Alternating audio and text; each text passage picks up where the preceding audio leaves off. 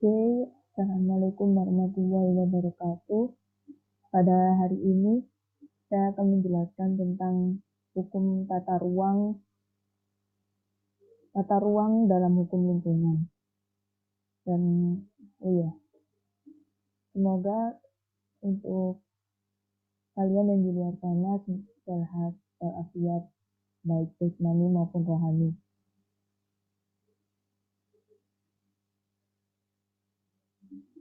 Oke, tata ruang. Tata ruang itu apa sih?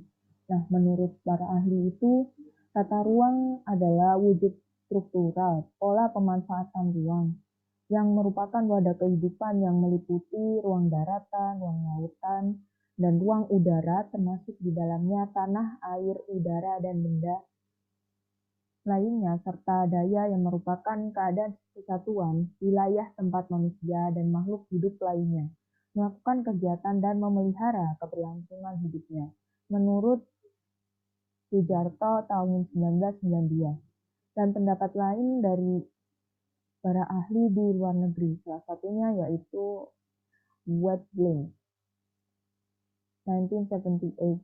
Tata ruang itu terkait segala sesuatu yang berada di dalam ruang, sebagai wadah penyelenggaraan kehidupan, sehingga menunjukkan distribusi tindakan manusia dan kegiatannya guna mencapai tujuan. Oleh karena itu, tata ruang merupakan jabaran dari produk perencanaan secara fisik. Dan yang kedua, menurut Foley, 1967, beranggapan bahwa tata ruang itu kerangka konsepsi yang meluas dan menyangkut wawasan yang disebutnya sebagai wawasan bukan tata ruangan, di samping adanya wawasan ketata ruangan. Hal ini itu berdasarkan pada realiti kenyataan bahwa struktur fisik itu dipengaruhi oleh faktor-faktor non-fisik seperti organisasi, pola sosial, budaya, dan nilai kehidupan komunitas. Dalam bukunya Wiechen 1974 dan Porteous 1977. Nah, jadi dari ketiga pernyataan ahli ini dapat disimpulkan, yaitu yang dapat saya tangkap, penataan ruang, proses pengalokasian aktivitas, dan dasarnya merupakan penjabaran dari perkembangan ekonomi dan sosial sebagaimana mestinya.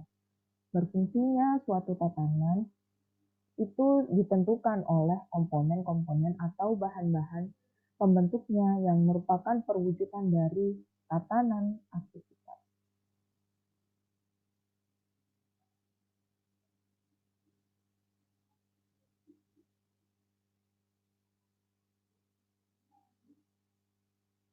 Lanjut yang kedua.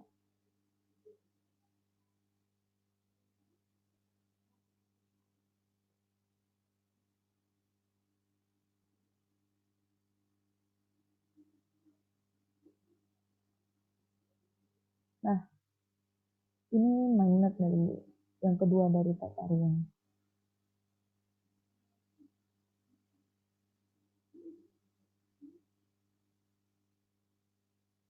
Berdasarkan definisi di Undang-Undang 23 tahun 2007 pada pasal 1 ayat 1, tata ruang itu wadah yang meliputi ruang darat, ruang laut, dan ruang udara, termasuk yang ada dalam bumi sebagai satu kesatuan wilayah, tempat manusia dan makhluk yang lainnya guna keberlangsungan hidup mereka.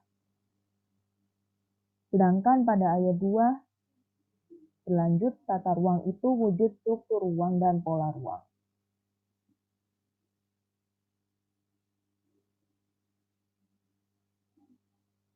Nah, tujuan dari dibentuknya undang-undang tata ruang ini itu mewujudkan wilayah yang nasional yang aman, nyaman, produktif, berkelanjutan, berdasarkan pada wawasan Nusantara dan ketahanan nasional dengan ruang wilayah nasional yang aman, nyaman, produktif, dan berkelanjutan meliputi keharmonisan antar lingkungan alam dan lingkungan buatan, perpaduan dalam penggunaan sumber daya alam dan sumber daya buatan dengan memperhatikan sumber daya manusia, perlindungan fungsi ruang, dan pencegahan dari dampak negatif terhadap lingkungan dalam hal pemanfaatan ruang.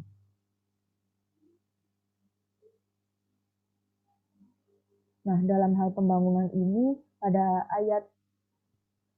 pasal 6 ayat 1 di Undang-Undang 23 tahun 2007 dijelaskan bahwa kondisi fisik wilayah Negara Kesatuan Republik Indonesia yang rentan terhadap bencana. Ini reason why pembangunan dalam undang-undang ini itu dibuat.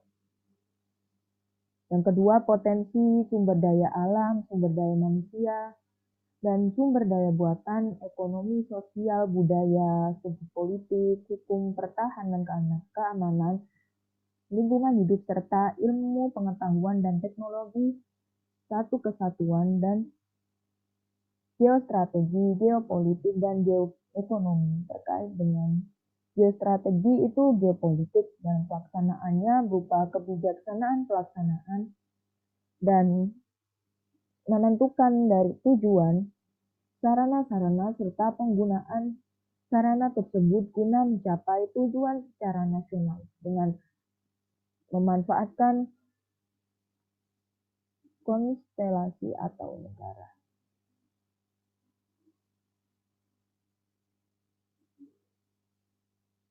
Pada yang kedua. Nah, permasalahan yang sering terjadi di Indonesia ini apa aja sih? Jadi secara general ada 4 yang saya dapatkan, yaitu yang pertama, tidak adanya ketegasan hukum bagi seorang yang melanggar tata ruang.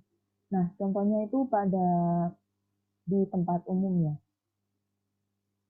Kan ada tuh di area jalan, ada kayak markasi tanda itu dilarang buang sampah sembarangan.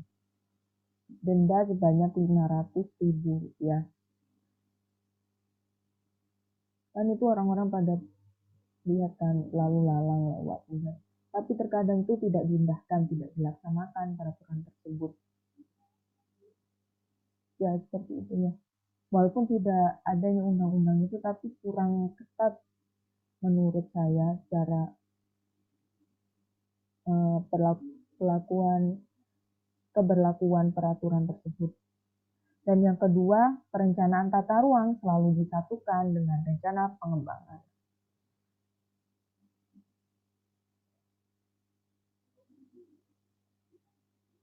Yaitu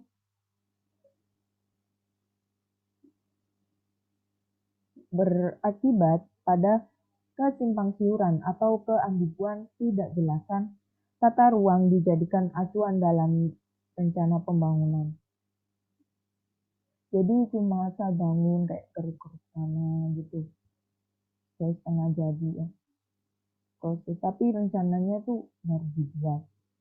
Padahal itu seharusnya menurut saya seharusnya pada umumnya itu direncanakan dulu baru dibuatlah suatu bangunan seperti itu. Contohnya pada pembangunan properti ataupun jalan seperti itu. Tak asal langsung buat, tapi juga memperhatikan bahan-bahannya yang terbaik seperti itu guna mengurangi terjadinya bencana alam seperti jalan yang banjir ataupun jika aspal tertimpa air itu gampang retak atau enggak banyak truk yang lalu lalang itu jalan gampang rusak kalau nggak direncanakan terlebih dahulu seperti itu.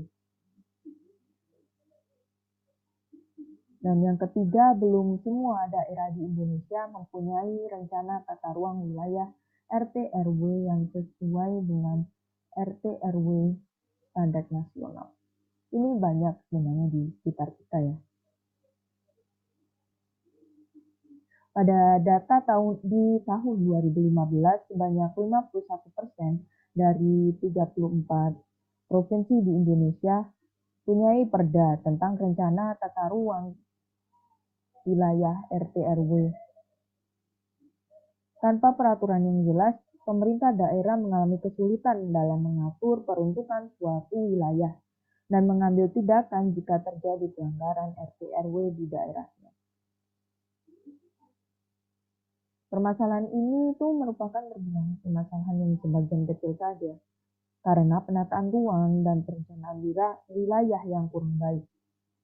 Jika tidak dilakukan dengan baik, mungkin pada masa yang akan datang atau ke depannya dengan pertumbuhan penduduk yang terus meningkat, lahan pertanian bisa saja bergerus habis untuk membangun perumahan, kemudian menghasilkan krisis pangan. Dan yang keempat, perencanaan tata ruang itu dikaitkan dengan keputusan politik, mendominasi keputusan politik. Banyak pengambilan kebijakan dan keputusan dan memutuskan atau mengeluarkan kebijakan yang tidak objektif, terutama dalam bidang tata ruang. Seharusnya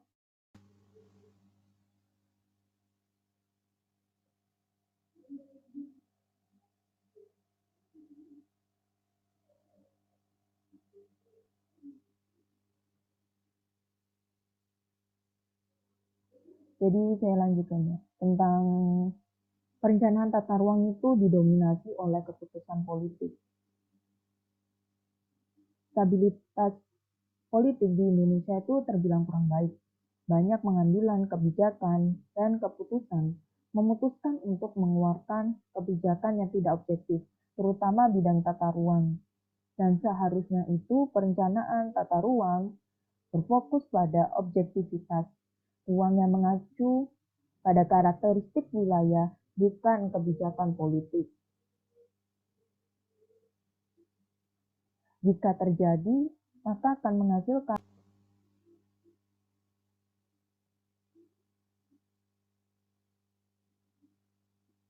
jika hal ini terus dilakukan, maka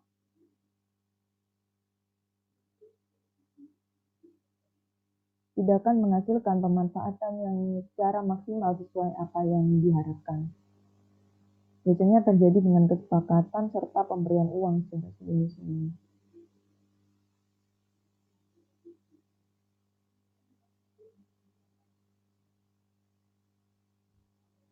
Sekian penjelasan dari saya, kurang lebihnya apabila ada kekurangan mohon maaf.